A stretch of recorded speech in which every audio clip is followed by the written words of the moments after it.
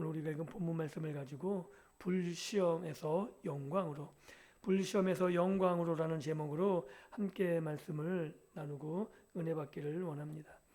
지금 우리가 살고 있는 이 사회와 세계 정세는 굉장히 급변하고 있죠. 안개 속의 폭풍 같다라고 할 수 있습니다. 트럼프 이 사람 하나 때문에 아침 다르고 저녁 다르고 그러고 있어요. 얼마나 세계가 위험한 시기를 보내고 있는지 모릅니다. 경제적인 지표는 요동치고요. 그래서 잘 사는 사람들은 별로 관계가 없습니다. 그러나 그 안에서 열심히 노력해서 땀의 대가를 가지고 살아가야 될 사람들은 점점 한숨이 깊어지는 시대에 살고 있죠. 그리고 지구촌 반대편 중동 지방에서는 전쟁의 참화가 그치지 않습니다. 기술의 진보는 굉장히 눈부시게 발전하죠. 특별히 AI가 얼마나 더 편안하고 안락한 삶을 살게 한다고 그렇게 막 말하고 있지만 지금 AI 때문에 실업자가 엄청나게 늘어나고 있는 현실을 우리가 직접 경험하고 있죠. 그리고 AI 때문에 사회적 양극화가 훨씬 더 심합니다. 그래서 초인류 기업들은 돈이 남아 돌아요. 그래서 지금 미국의 AI 초인류 기업들이 뭐라고 말하냐면 그냥 집에서 놀아라, 우리가 돈 줄 테니까 그러고 있어요. 그래서 우리가 세계를 이끌어 갈 테니까 그냥 너희들은 우리가 돈 주는 거 받아 먹고 우리가 끌고 가는 대로 따라와라. 그 정도로 돈이 남아돌 지경으로 있습니다. 그런데 아무것도 할 수 없고 실업을 당하는 그 사람들은 얼마나 박탈감에 시달리며 오늘을 맞이하고 있는지 모릅니다. 이런 사회 속에서 이 신앙인들 또한 얼마나 세속의 위험에 놓여 있는지 모릅니다. 신앙의 가치가 세속주의라는 거대한 물결에 낡은 유물처럼 취급받는 시대가 되었습니다. 장로님도 많이 느끼실 것 같아요. 넌 왜 주의를 안 빠지냐? 한 번 빠지면 뭐 그게 문제인데, 이런 말을 아마 주위에 교회 다니지 않는 친구분들에겐 여러 번 들었을 거라고 생각합니다. 이런 시대에 그리스도인으로 산다는 것, 이것은 똥꼬집 부리는 것처럼 느껴질 수 없고 그냥 약간만 타협하면 좀 더 편안하게 즐겁게 보낼 수 있는데 아무것도 하지 않고 그 길을 묵묵히 걸어가는 것, 이것은 그냥 의미 없는 고집이라고 치부될 때가 많이 있는 거죠. 그런데 우리는 성경을 통해서 이런 우리의 삶의 모습이 2000년 전 초대교회는 달랐느냐? 아니라고 우리가 오늘 본문을 통해서 확인할 수 있는 거죠. 소아시아 이 베드로의 편지를 받아봤던 성도들도 세상 사람들에게 소외받고 세상 사람들에게 낙인 찍혀서 힘들고 어렵게 살아가던 그 삶은 오늘 우리와 전혀 다르지 않죠. 오히려 더 심했습니다. 지금 우리는 단지 그냥 소외당하는 정도에 그친다면 그들은 직접적인 핍박과 죽음의 위험에 노출되었던 거죠. 그래서 그들은 하나님께 이렇게 물었을 거예요. 아마 그리고 그런 기록들이 성경과 교회 역사에 남아 있습니다. 하나님, 우리가 이렇게 선을 행하는데 왜 우리에게 이런 일이 일어납니까? 하나님, 내가 당하는 현실 가운데 하나님은 어디 계십니까? 아니, 내가 저들 속에 들어가 저들과 함께 좀 타협해 가면서 그들의 길을 같이 걸어가는 게 맞는 것 아닙니까? 라고 하소연했을 것이고, 그 하소연이 시간이 지나도 해결되지 않는 상황을 맞이하면서 고민했겠죠. 과연 내가 가는 이 길이 맞는 것인가? 그런데 사도 베드로는 그렇게 처절하게 간절하게 고민하고 있는 성도들에게 오늘 본문에서 이렇게 말하고 있는 거죠. 그런 고난과 그런 핍박과 그런 현실을 이상히 여기지 말라. 충격적이지 않나요? 우리는 그냥 성경을 그냥 일상처럼 느끼기 때문에 그냥 휙 지나가는데 굉장히 이상한 질문이죠. 30년, 40년 주님의 오실 날을 고대하면서 핍박받는데 주님께서는 도와주신다 그랬고 주님의 위로가 있는다 그랬는데 아무것도 변하지 않는데 사도 베드로가 위로하기는커녕 이렇게 말하는 거예요. 야, 그거 당연한 거야. 그럼 그게 위로가 됐을까요? 저는 위로가 되지 않았을 것 같아요. 왜냐하면 그럼 이 30년, 40년 동안 겪는 고난을 앞으로 죽을 때까지 계속 견뎌야 되는 거야? 그럼 내 삶에 돌파구는 있다는 거야? 이런 생각이 들지 않았을까요?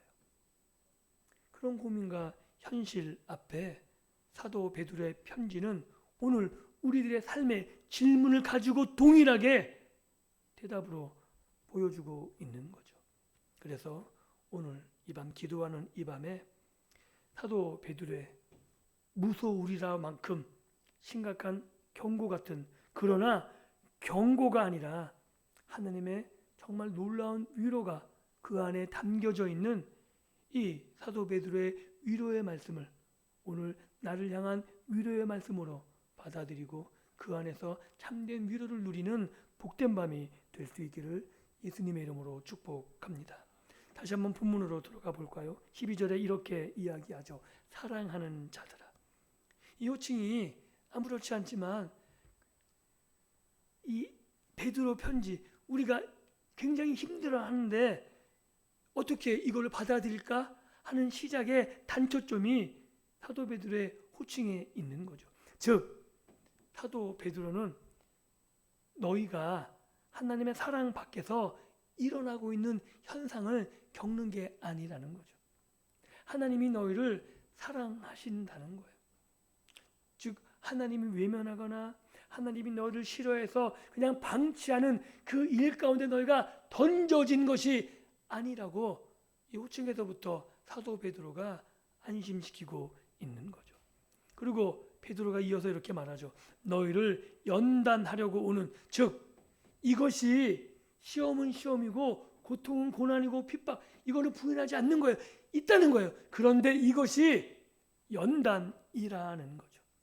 불시험은 재련소의 뜨거운 용광로를 연상시키는 단어인 거죠. 금을 정금으로 만들기 위해 찌꺼기를 태워버리는 불길이 이게 용광로, 즉 불시험이라고 말하고 있는 겁니다. 즉 사도 베드로는 너희가 지금 당하는 시험과 고난과 환난, 이것은 너희 속에 있는 불순물들을 다 태워버리는, 즉 찌꺼기를 다 제거해야지만 온전한 순금으로 나오게 되는데 지금 하나님이 우리를 온전케 하는 과정을 너희가 겪고 있다라고 말하고 있는 겁니다. 그래서 오늘 우리 앞에 찾아오는 억울한 오해, 직장이나 일터에서 우리를 소외시키는 것, 아니면 예수님 때문에 경제적인 손실을 입는다거나 예수님 때문에 당하는 어려움들, 이것을 우리가 이상하게 여기는 것이 아니라 오히려 당당하게 맞설 수 있어야 된다라고 말하고 있는 거죠. 그리고 사도 베드로는 더 힘든 말을 해요. 즐거워하라. 즐거우십니까? 고난이 즐거우십니까? 그러면 정신병원 가야 돼요. 고난은 정말 즐거운 게 아닙니다. 그래서 오죽했으면 예수님은 뭐라 그래요? 시험을 피하기 위해서 기도하라 그래요. 그 시험이 템테이션, 우리를 유혹하는 것이건 아니면 우리를 연단하는 것이건 그 시험은 어려운 겁니다. 그래서 시험을 위해서, 피할 길을 위해서 기도하라고 예수님도 말씀하시는 거죠. 겟세마네 동산에도 예수님께서도 그 연단의 과정, 마지막 그 과정을 피하고 싶어서 기도하셨어요. 시험은 맞닥뜨려 내야 되는 것이 아닌 거죠. 그럼에도 불구하고 사도 바울은 즐거워하라고 말합니다. 이게 고난이 쉽다는 이야기가 아닌 거죠. 왜냐하면 이 고난을 통해서 내가 예수님의 고난에 동참한다는 거예요. 그리고 예수님의 고난에 동참한다는 얘기는 예수님의 영광에 우리가 참여함을 볼 수 있어야 되는 거죠. 즉 우리의 마지막이 고난이 아니라는 겁니다. 길 수 있어요. 그런데 그 길이가 반드시 끝이 있다는 거죠. 예수님의 고난, 긴 고난이었습니다. 조롱과 멸시와, 그러나 십자가로 말미암아 죽으로 말미암아 그 고난의 끝이 있었고 그 고난 뒤에 영광이 있었다고 성경은 분명히 말하고 있는 겁니다. 그런데 우리가 예수님의 영광에 동참하기 위해서 예수님의 고난에 동참하는 것인데 그 영광을 바라보며 즐거워하라 라고 말하고 있는 거죠. 왜냐하면 이 고난은 내가 잘못해서 받는 벌이 아니기 때문에 그렇습니다. 내가 잘못해서 받는 벌이라면 내가 여기서 탈출해야 되죠. 그런데 내 잘못이 아니라면 기뻐하십시오. 왜냐하면 예수님의 신비한 연합, 내가 예수님과 함께하는, 내가 예수님이 내 안에 있는 증거가 되는 것이고, 내가 예수님의 고난에 동참하면 예수님의 영광에 동참하는 그 기쁨을 바라보며 이 길 끝을 지나갈 수 있기 때문에 그렇습니다. 그리고 14절의 약속이 이어지죠. 영광의 영, 곧 하나님의 영이 너희 위에 계십니다. 우리가 잘 될 때, 성공할 때, 세상적으로 영광을 종종 이럴 때만이 아니라 우리가 예수님 때문에 고난 받을 때도 하나님의 영이신 성령님께서 우리 위에 계셔서 우리와 함께 하시며 우리에게 말할 것을 주실 것이고, 우리가 고난을 이길 담대한 힘도 주실 거라고 말하고 있는 겁니다. 즉 고난은 하나님이 떠나셨다는 증거가 아니라 오히려 성령께서 우리와 함께 강력하게 연합하고 계시다는 증거, 어떻게 보면 영광의 훈장이라고 할 수 있는 겁니다. 이 사실을 받아들이실 수 있겠습니까? 이 사실을 믿음으로 받아들이면서 굳건하게 걸어갈 수 있기를 다시 한번 예수님의 이름으로 축복합니다. 그런데 베드로는 다 영광스러운 것이, 이 고난이 다 영광스럽지 않다고 말하죠. 즉 우리의 잘못들, 우리의 죄악 때문에 고난 당하면 벗어나야 되는 거예요. 그것은 어떤 이유도 어떤 핑계도 될 수 없는 거죠. 그래서 16절이 이렇게 이야기합니다. 만일 그리스도인으로 고난을 받으면 부끄러워하지 말고 그 이름으로 하나님께 영광을 돌려. 전제가 뭐냐 하면 그리스도인으로, 즉 예수님 때문에 고난 받으면, 선한 양심에 저촉되지 않고 온전히 예수님 때문에 고난 받으면 부끄러워할 일이 없다는 거예요. 오히려 그로 말미암아 하나님께 영광을 돌리라고 말하는 거죠. 예수가 그 당시에는 치욕적인 이름이었습니다. 십자가가 너무나 치욕적인 이름인데 베드로는 그 치욕적인 이름을 자랑스러워하라고 말하는 거죠. 왜냐하면 우리의 선한 양심, 믿음의 양심과 결부되어 있기 때문에 그런 비난들, 나를 향한 모든 비난들, 이것은 부끄러워하지 않다고 말하는 겁니다. 우리의 정직함 때문에 거래처가 끊기거나 일터가 줄어들 수 있어요. 그런데 나의 신앙을 지키기 위한 것이라면 그것은 실패가 아니라는 거죠. 그리고 하나님이 약속하셨어요. 반드시 보상해 주십니다. 그것으로 말미암아 우리에게 위로가 있고 하나님의 은혜가 우리의 풍성하게 넘칠 것을 약속해 주신다고 말하고 있는 거죠. 그리고 그 선한 양심으로 말미암아 우리가 세상을 넉넉히 이길 수 있는 힘을 갖게 된다라고 말하고 있는 겁니다. 그리고 17절에 이르면 베드로는 아주 엄중한 톤으로 선포하죠. 하나님의 집에서 심판할 때가 시작되었나니. 우리가 알고 있기는 심판이 불신자들, 세상으로부터 시작될 것 같은데 아니라는 겁니다. 하나님의 집으로부터, 즉 믿음의 사람들에게서부터 심판이 시작된다고 말합니다. 왜냐하면 하나님의 집부터 정결하게 하는 것으로 온 세상이 정결케 되는 것을 하나님이 원하시겠다는 거죠. 즉 자기 자녀의 잘못도 깨끗하게 하지 못하면서 어떻게 남을 심판하겠습니까? 하나님은 하나님의 자녀들을 온전케 하신 이후에 세상을 그 동일한 잣대로 심판하신다고 말하는 겁니다. 그래서 세상이 우리가 고난당하는 것, 이것이 종말이 가까워 오는 것을 알리는 증거가 되는 것이며, 또한 우리에게 당면한 고난을 통해 하나님의 심판이 시작되었다라고 당당하게 선언할 수 있는 겁니다. 우리가 예수 때문에 고난당하면 당당하게 이야기할 수 있어야 돼요. 내가 당한 이 고난. 그러나 하나님의 심판이 시작되면 세상이 감당하지 못할 심판으로 임할 터인데 너희는 그것을 감당할 수 있겠느냐. 이것이 우리가 세상 앞에 말할 수 있어야 되는 거죠. 즉 고난이란 불을 통해서 하나님은 교회를 세상과 분리시키고 세상으로부터 온전케 하고 정화되게 하고 무엇이 참된 믿음인지 드러내는 거죠. 왜냐하면 찌꺼기들은 고난 가운데 떨어져 나가요. 그래서 내가 참 신앙인으로 살아가고 있는지 아닌지는 고난을 통해서 확인된다라고 말할 수 있는 겁니다. 그리고 18절에 베드로가 말하죠. 의인이 겨우 구원을 받으면 경건하지 아니한 자와 죄인은 어디에 서리요. 이 말은 구원이 불확실하단 말이 아닙니다. 의인도 연단이라는 과정에 불시험을 통과해야 되는데 찌꺼기 된 죄인 된 그런 사람 앞에 심판은 얼마나 끔찍하고 참혹하겠느냐라는 경각심을 불러일으키는 거죠. 그리고 이 모든 권면을 19절에서 맺습니다. 그리고 이 구절은 오늘 우리의 기도의 내용이어야 됩니다. 19절 이렇게 기록하고 있죠. 그러므로 하나님의 뜻대로 고난받는 자들은 또한 선을 행하는 가운데 그 영혼을 신실하신 창조주께 의탁할지어라. 이것이 우리가 해야 될 일인 거죠. 고난받으면 세상과 타협하는 것이 아니라 우리의 믿음을 지키며 우리의 선한 양심으로 당당하게 살아가면서 하나님께 우리의 삶을, 우리의 영혼을 맡기셔야 된다는 겁니다. 우리의 인생이 풍랑이 거셀 수 있죠. 배가 침몰할 것 같을 때 성도가 할 일은 뭐냐 하면 창조주를 기억하는 겁니다. 우리의 창조주 하나님, 그 아들을 보내신 하나님께서는 우리의 구원자이시고 우리를 지으신 아버지라는 사실이죠. 그런 하나님께 우리의 영혼을 맡길 때 하나님은 책임져 주실 것이고 우리를 붙잡아 주실 것이고 또한 우리를 가장 안전한 곳에 두실 것입니다.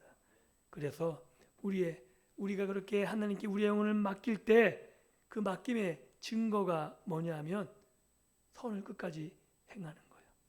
낙심하고 주저앉는 것이 아니라 끝까지 내가 선을 행하고 있으면 그 삶을 통해서 알게 되는 거죠. 하나님이 나를 붙잡고 계시는구나. 내가 낙심하거나 내가 난망해도 주저하지 않고 내가 이 힘든 가운데서도 내 길을 걸어가게끔 하나님이 나를 지키고 계시는구나. 이것이 내가 하나님 안에 있음을 확인하는 증거다라고 사도 베드로가 말하고 있는 겁니다. 내 영혼을 맡아주신 분이 하나님이시기에 우리는 억울함 속에도 다시 선한 일을 시작할 수 있는 겁니다. 그것이 바로 이것이 고난을 이기는 성도들의 위대한 저력, 위대한 능력이라고 말하고 있는 거죠. 말씀을 맺습니다. 오늘 우리는 베드로전서 4장의 말씀을 통해 고난이라는 것이 성도들에게 마땅히 찾아오는 것이고 고난이 내가 예수님과 함께하는 증거가 되며 내가 온전케 되는 과정 중에 있는 것이며 그리고 하나님이 나를 책임지고 지금 붙잡고 가시는 증거다 라는 사실을 확인할 수 있는 그러한 삶이라고 오늘 말씀을 통해 확인할 수 있는 거죠. 그리고 오늘 그런 우리의 인생 이야기는 고난에서 끝나지 않습니다. 여기에 우리의 소망이 있고 사도 베드로의 말처럼 즐거워할 수 있는 거죠. 그리스도의 삶은 끝에서 시작하는 삶, 어떻게 보면 왜 고난 가운데 승리하고 고난 가운데 시작하는 삶이기 때문에 그런 거죠. 우리는 이미 부활하신 예수 그리스도의 승리를 알고 있는 겁니다. 제가 몇 번 예화 때 얘기 드렸죠. 일본하고 축구 경기를 할 때 기분 좋게 볼 수 있으면 그 방법은 이긴 경기를 재방송하는 거라고요. 재방송으로 보면 아무리 지고 있어도 기대돼요. 어떻게 역전시키지? 근데 재방송이 아니고 라이브로 보면 끔찍하죠. 2대0으로 지면 화가 나요. 막 TV도 끄고.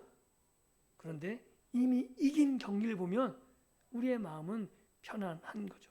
마찬가지입니다. 우리는 우리의 삶의 끝을 알고 있는 겁니다. 지금 고난이 힘들어도 내가 예수와 연합해 있으면 예수님의 부활의 영광이 나의 영광이고 예수님이 하늘보좌 위에 있는 것처럼 내가 하늘보좌 위에서 예수님과 함께 있음을 이미 알고 있기에 비록 몸은 이 땅에 있지만 그 영광을 내가 누리며 맛보며 살아갈 수 있다라고 말하고 있는 거죠. 이것이 성도의 능력이고 성도들의 힘입니다. 그래서 우리는 이 땅에 가시밭길 고난 속에 넘어졌다고 힘들고 어렵다고 슬퍼하는 것만이 아니라 내가 이 땅에서 힘들고 지금 고난의 길을 걸어간다 할지라도 내 영혼은 그리고 내 마지막은 영광 중에 있음을 기억하면서 승리의 찬양과 감사를 하나님께 돌리며 하루하루를 마감할 수 있기를 예수님의 이름으로 축복합니다. 그래서 오늘 이 밤 기도의 자리에서 힘들고 어려운 삶이란 건 알고 있습니다. 그리고 그것이 하나님만이, 예수님만이 우리의 위로가 되심도 알고 있습니다. 그럼 우리의 무거운 짐을 신실하신 하나님, 나를 위해서 아들을 보내신 하나님께 의탁할 수 있는 시간이 되기를 원합니다. 그리고 우리가 당한 환난, 그거 참 사람들 앞에서, 세상 앞에서는 인내하시면서 걸어가셔야 돼. 그런데 하나님 앞에서는 참지 마십시오. 우리가 신앙생활하면서 기도할 때 잘못 알려진 게 있어요. 그래서 기도할 때도 좀 뭐라 그럴까요? 경건하게, 교양 있게 하려고 그래요. 아니요. 다윗의 기도를 보십시오. 거의 쌍소리 해가면서 기도해요. 원수를 죽여달라고.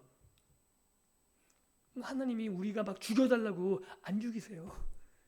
그런데 그런 우리의 간절함은 하나님 앞에 토로되어야 되는 거죠. 사람 앞에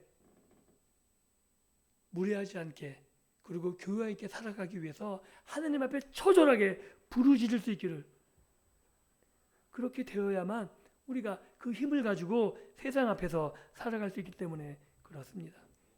예수님도 처절하게 기도하시면서 자신의 영혼은 하나님께 맡기셨던 것을 기억할 수 있기를 원합니다. 하나님께 자신을 의탁하셨기에 선한 양심을 끝까지 지키며 십자가의 그 마지막 순간까지 당당하게 걸어가셨음을 기억하셨으면 좋겠습니다. 그래서 하나님, 내 영혼을 하나님께 맡깁니다. 그리고 이 현실에 대한 모든 힘든 일들, 고난들, 그것들을 기도하시고 이곳에서 하나님의 위로의 말씀을 들을 수 있기를 예수님의 이름으로 축복합니다. 그래서 우리의 삶의 현장이 더 이상 고통의 용광로, 그런 것으로만 비춰지는 것이 아니라 그 고난 속에서 하나님의 영광, 하나님이 임재하시는 영광을 함께 맛보면서 남은 때를 위한 이 고난의 갑옷, 사도 베드로가 말한 고난이 우리의 갑옷이 되어서 믿음을 지키는, 그래서 오히려 세상을 향해서 당당하게 소리치며 하나님의 심판의 때를 세상을 향해 경고하며 나갈 수 있는 우리 모든 믿음의 삶이 될 수 있기를 예수님의 이름으로 축복합니다.